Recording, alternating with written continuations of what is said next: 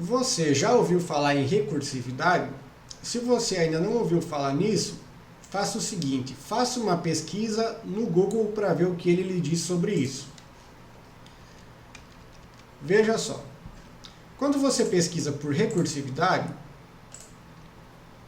o resultado que ele dá para você é, você quis dizer recursividade?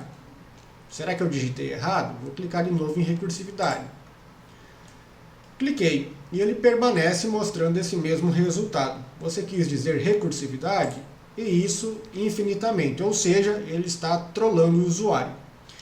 Por quê?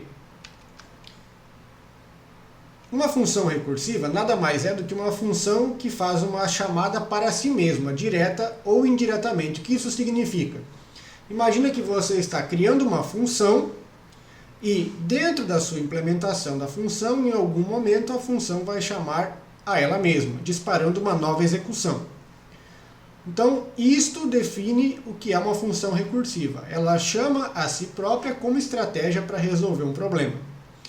Na verdade, quando você trabalha com recursividade, você tem uma forma alternativa para pensar em algoritmos. Ou seja, não necessariamente eu preciso utilizar um laço de repetição para que eu consiga repetir a execução de algumas instruções. Então, alguns problemas têm uma solução tão complexa quando você pensa em termos de laços de repetição, que às vezes utilizar a recursividade torna-se uma ferramenta interessante que simplifica o processo. Como é que você trabalha de maneira recursiva? Basicamente, você vai ter sempre dois elementos na sua solução, que seria um ou mais casos básicos, ou seja, partes do problema que você está resolvendo cuja resposta já é conhecida, ou seja, não é necessário realizar nenhum cálculo, e você tem também o passo de recursão, que seria a etapa onde a função chama a ela mesma como solução do problema. Por exemplo, vamos imaginar aqui que você queira calcular o fatorial de maneira recursiva. Então veja essa tabela aqui. O fatorial do zero é 1. Então esse valor é conhecido, nós não precisamos realizar nenhum cálculo para chegar nessa resposta. O fatorial do 1, da mesma forma, também é 1. O fatorial do 2, no entanto, ele é calculado multiplicando-se 1 pelo 2. O fatorial do 3, 1 vezes 2 vezes 3. O fatorial do 4, 1 vezes 2 vezes 3 vezes 4. Se você está bem atento, já reparou no seguinte. Quando eu vou calcular o fatorial do 4, o que é que eu tenho? O próprio 4 que multiplica o fatorial do 3. Veja que ele está aqui. Quando eu vou calcular o fatorial do 3, eu tenho o 3 que está multiplicando o fatorial do 2. Quando eu vou calcular o fatorial do 2, eu tenho o 2 que está multiplicando o fatorial do 1. Ou seja, se eu quero calcular o fatorial do n, o que é que eu tenho? O próprio n multiplicando o fatorial do n menos 1. Traduzindo isto para código, ainda não para código, calma lá. Então, o fatorial do n seria o próprio n vezes o fatorial do n menos 1. Exemplo, se eu quero calcular o fatorial do 6, eu teria o 6 multiplicando o fatorial do 5.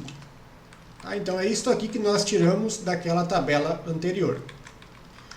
Quando eu vou criar uma função recursiva, preciso pensar no protótipo dela. Então, para elaborar o protótipo dessa função, a lógica é exatamente a mesma daquilo que nós já vimos. Então, preciso colocar o tipo da função, no caso do fatorial é um valor inteiro. Vamos chamar essa função de fat e vamos dizer que ela recebe como argumento um valor n cujo fatorial eu quero calcular. Agora vem o detalhe mais interessante sobre a solução recursiva dos problemas.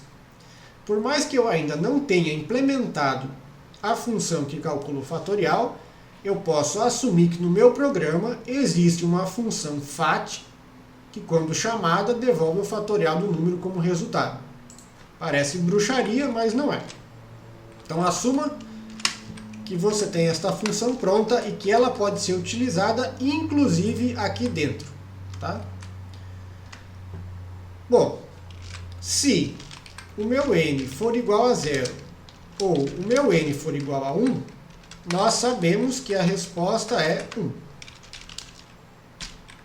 que é que nós temos aqui? Temos o nosso caso básico. Não precisamos fazer nenhuma conta para devolver isso aqui como resposta. Se não, vamos agora a uma outra parte. Então, nós não sabemos de cara numericamente qual é a resposta, mas nós sabemos uma forma de compor uma expressão que, como resultado, tem essa resposta.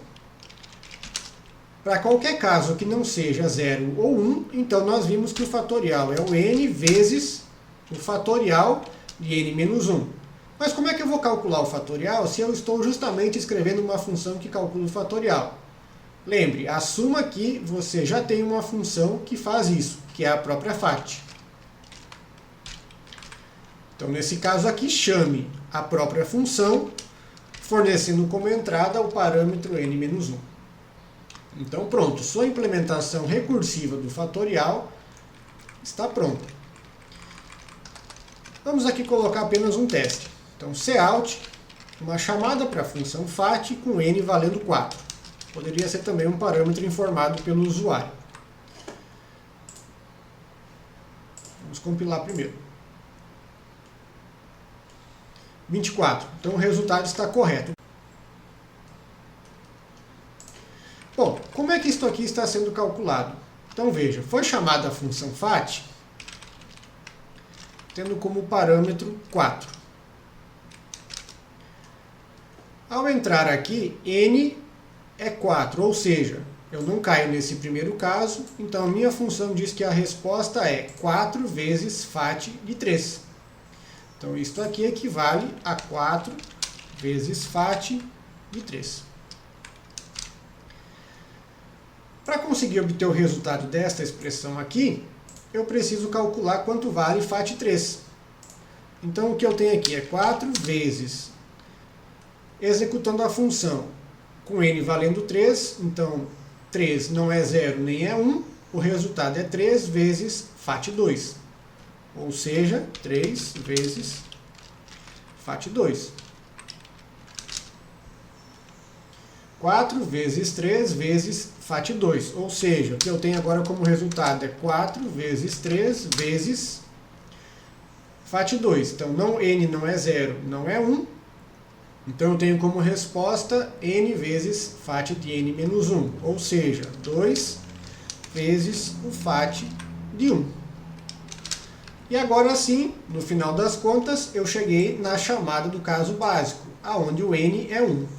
Então se o n é 1, retorne como resultado 1, ou seja, substitua isto aqui por 1. Então foi dessa forma que a função chegou no resultado. A função foi chamada várias vezes, cada uma destas vezes em que ela foi chamada gerou uma nova alocação de memória para um novo parâmetro n, até que eu chegasse no caso básico e retornasse com os resultados numéricos. Veja que no primeiro momento, resolver um problema com recursividade pode não ser tão simples porque nós estamos acostumados a pensar utilizando laços de repetição. O grande segredo aqui é que você consiga enxergar que a função recursiva que você está criando, ela deve ser utilizada como parte da própria solução. Então esta é a parte mais difícil de enxergar. Preste atenção nisso.